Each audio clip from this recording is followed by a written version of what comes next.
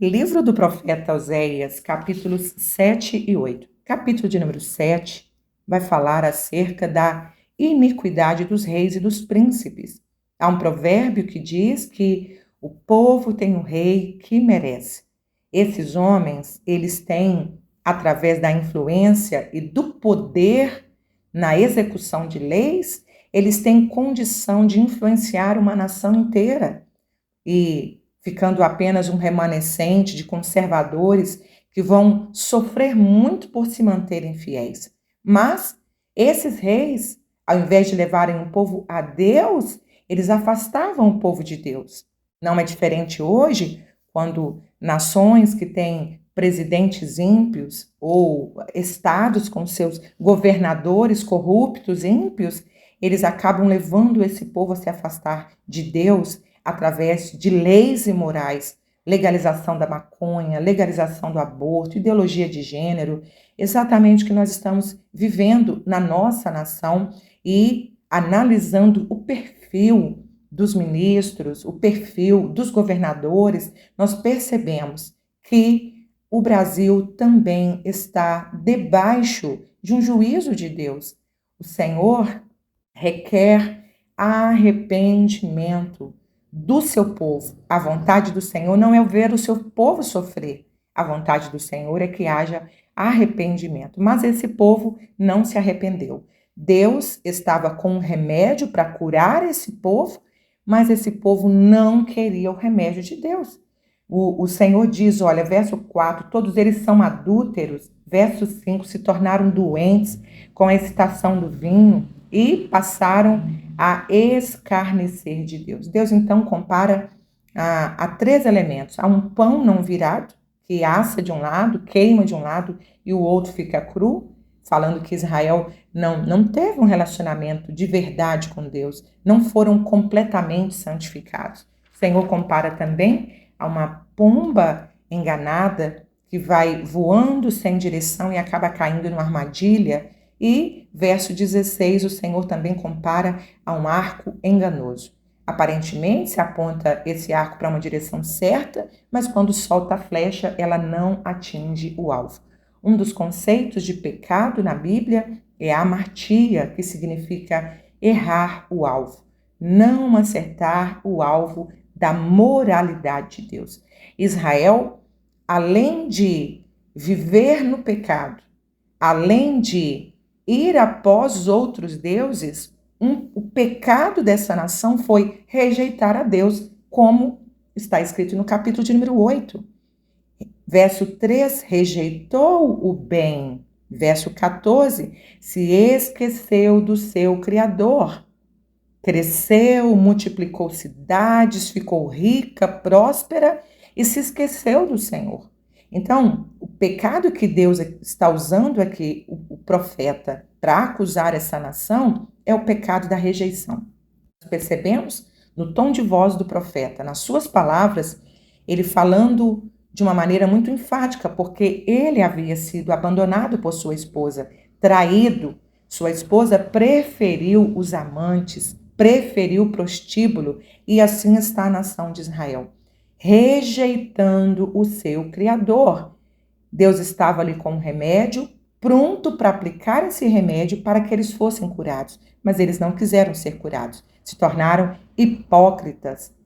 O que é hipocrisia? A palavra hipocrisia, ela tem a mesma raiz da palavra ator. É aquela pessoa que finge um cenário, que finge uma realidade.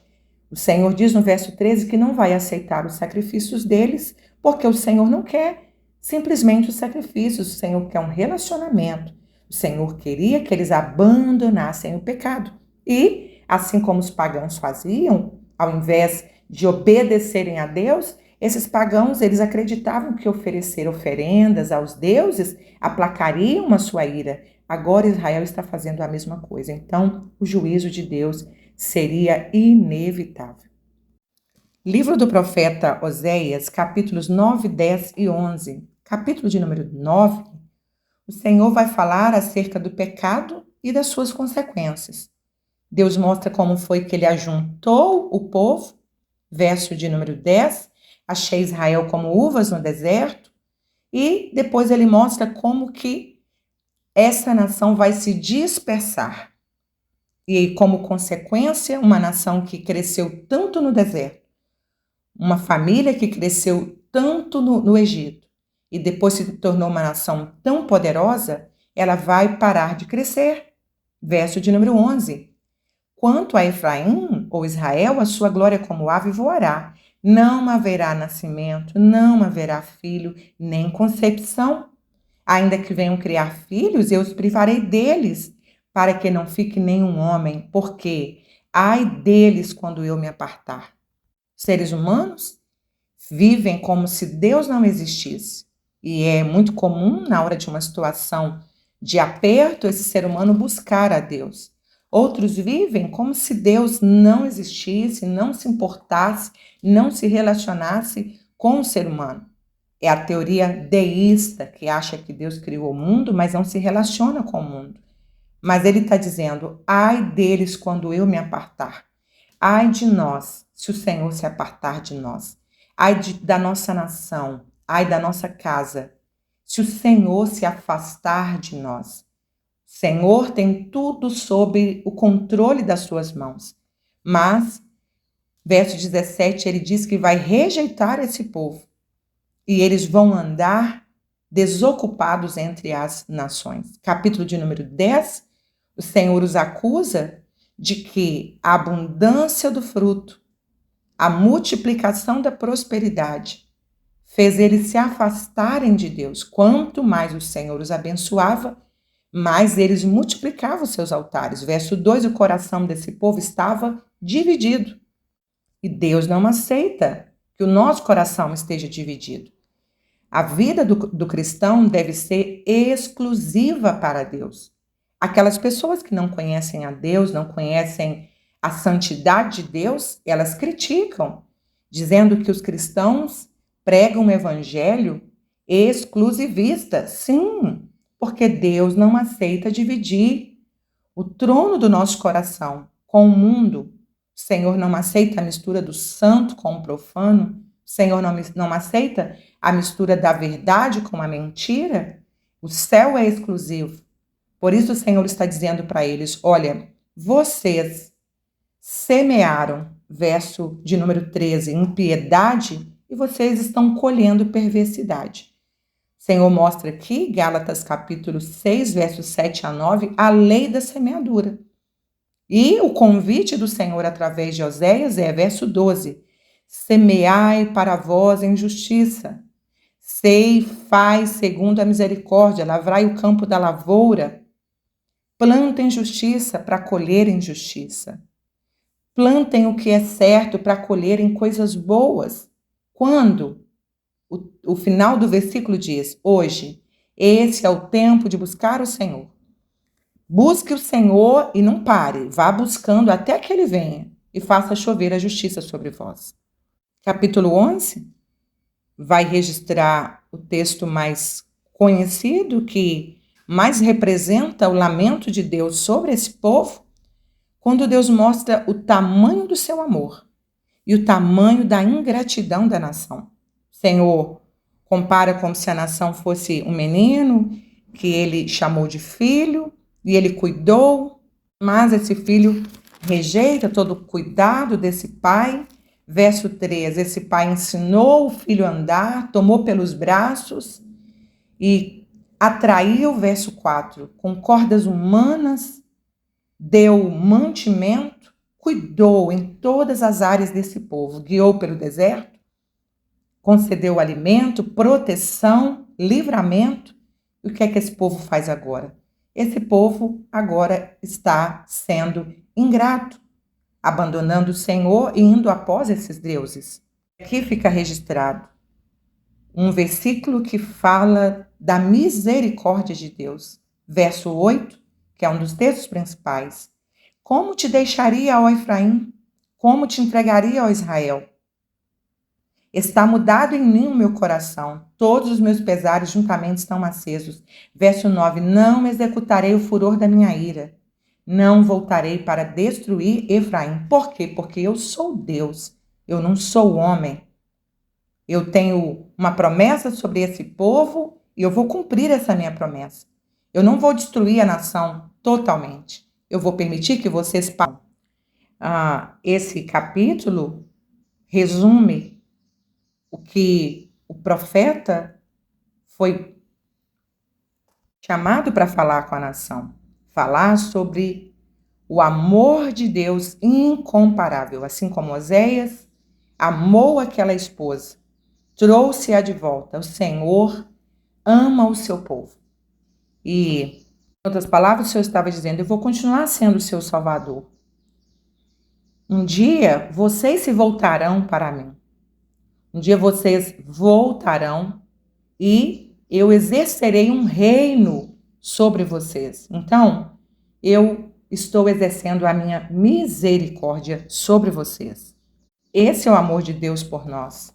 Um amor que foi capaz de enviar o seu único filho, Jesus, para morrer em nosso lugar. Embora esse pecador houvesse abandonado Deus, virado as costas para Deus, embora esse homem tivesse preferido pecar, o convite do Senhor é para que esse homem se volte a Ele, se arrependa, porque o amor de Jesus é suficiente para perdoar, para purificar e dar uma nova história para esse ser humano. Que nós possamos espalhar, pregar, anunciar o amor indescritível de Deus, o amor incomparável do Senhor, conforme registra João 3,16.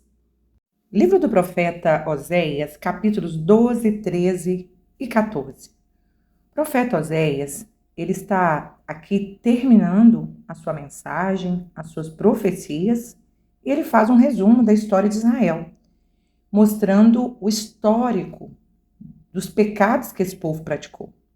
E também lembrando que a ira do Senhor virá sobre eles.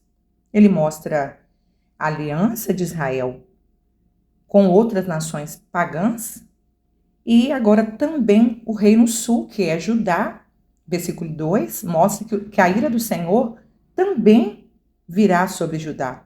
Então ele começa profetizando apenas para o norte, mas agora ele também abrange o reino sul, que é Judá. Capítulo 12, ele mostra que o povo, além de pecar, ele ainda se orgulhava do pecado. Pior que pecar é não ter nenhuma sensibilidade, nenhuma comoção. Pior que viver uma vida de pecado é estar orgulhoso dos pecados que praticam. Então, o povo, verso de número 7 e 8.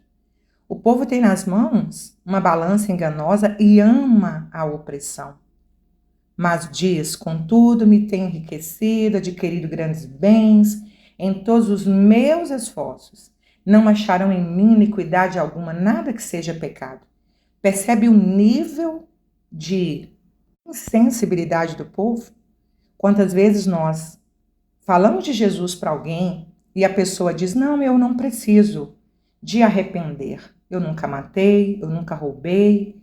E a pessoa não entende que o simples fato de não viver debaixo do senhorio de Cristo já é pecado. De não fazer a vontade do Senhor, de não viver os seus princípios, de não viver a sua palavra, já é um sinal de que essa pessoa precisa do arrependimento. E aqui o Senhor compara o que foi Jacó, que foi esse patriarca que encabeçou essa nação, os pecados que ele cometeu, mas que depois ele terminou bem. Agora o Senhor diz: Jacó cometeu engano, mas ao contrário de Israel e Judá, ele constantemente buscava o Senhor. Inclusive, ele lutou com o anjo a fim de ser abençoado. Mas agora, os seus descendentes acreditavam que as bênçãos eram o resultado dos seus próprios esforços. E Jacó, ele retirou os ídolos da sua casa, né, da casa da sua esposa, mas os seus descendentes não conseguiam se livrar deles. Então o Senhor está dizendo: olha para Jacó, o patriarca de vocês, e sejam como ele. Ele fez tudo diferente. Então que ele seja modelo para vocês. Versículo de número 6, o Senhor diz: converta-te a Deus, guarda a beneficência e o juízo, em teu Deus espera para sempre. Converta, guarde o amor, mas guarde também a justiça de Deus. Guardar o amor de Deus e não a sua justiça gera liberalismo, assim como também exercer a justiça sem amor gera falta de compaixão. Então o Senhor está dizendo aqui, olha, me conheçam, relacionem comigo, voltem-se para mim, lembrem-se do meu amor, mas lembrem-se também da minha justiça. É o que essa geração não quer saber. Essa geração não quer saber da justiça de Deus, da santidade de Deus. Em todo tempo, os artistas, os influencers estão dizendo: Deus é amor, Ele não vai me condenar, mas em nenhum tempo eles se atentam para a justiça de Deus que não tolera o pecado e nos convida ao arrependimento. Capítulo de número 13 começa falando sobre como era Israel antes. Verso de número 1, quando Efraim falava, tremia-se. A grandeza de Israel outrora, o poder de Deus na vida daquele povo, fazia com que as nações tivessem muito temor. Mas a idolatria fez com que esse povo agora estivesse morto espiritualmente. Verso 2, ele começa a listar os pecados, as escolhas erradas. Verso 2, multiplicaram-se os seus pecados, da sua prata fizeram imagem de fundição, ou seja, antes era só de madeira, depois foi melhorando essas imagens, esses ídolos, chegaram ao ponto de beijar esses ídolos. E o Senhor os acusa nos versos 4 a 6 de associar as vitórias e tudo que eles conquistaram até ali pelos seus próprios esforços, ou seja, se sentiram autossuficientes. O maior pecado, desde o Gênesis até o Apocalipse, bem notável na Bíblia, é a soberba, o orgulho que afasta o homem de Deus. E isso começa com uma sensação de autossuficiência. Quando nós oramos, por exemplo, nós estamos mostrando para o Senhor nossa dependência, que nós precisamos de Deus. A primeira sensação que o homem tem quando se afasta de Deus é que está tudo bem, está trabalhando, está conquistando, está vivendo e que não precisa de Deus. Por isso o convite é: humilhe-se debaixo da potente mão de Deus. Capítulo 14, Oséias encerra esse seu apelo à convenção, chamando o povo: volta, ó Israel, para o Senhor teu Deus, porque pelos teus pecados estás caído. Tende convosco palavras de arrependimento, convertei-vos ao Senhor, peça perdão pela iniquidade, aceite o que é bom. A Síria já não nos salvará, mas o Senhor, verso 4, Ele quer curar vocês. Então aceite o cuidado do Senhor, aceite o perdão do Senhor, volte-se para o Senhor. Nós usamos muito a expressão hoje em nossos apelos dizendo: aceite Jesus como seu Senhor e Salvador, e algumas pessoas têm dificuldade em entender isso. Aceitar é isso. Eu quero o senhorio de Cristo sobre mim. Eu me submeto às vontades do Senhor. Ele fez um sacrifício na cruz do Calvário, morreu em meu lugar e eu aceito esse sacrifício. Eu quero ser liberto mediante o sacrifício de Jesus na cruz. A promessa maravilhosa do Senhor é: sararei a sua perversão. Eu voluntariamente, verso 4, os amarei, porque a minha ira se apartou deles. Eu tenho uma promessa, verso 5, serei para Israel como orvalho. Ele florescerá como lírio e espalhará suas raízes como o Líbano. Essa é a promessa do Senhor para nós. O convite para se arrepender dos pecados e se voltar a Deus é um convite maravilhoso. Só sabemos disso na íntegra quando nós estamos num relacionamento com Deus. Só entende isso quem já experimentou.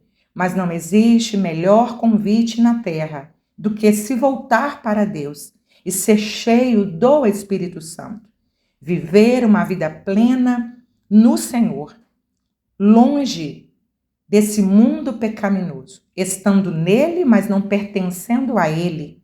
O convite do Senhor está aberto para que a humanidade se chegue a ele, se converta. Converter significa mudar de caminho, mudar de direção, deixar a impiedade, abandonar a vida velha e se voltar para Deus é o melhor convite que alguém pode receber.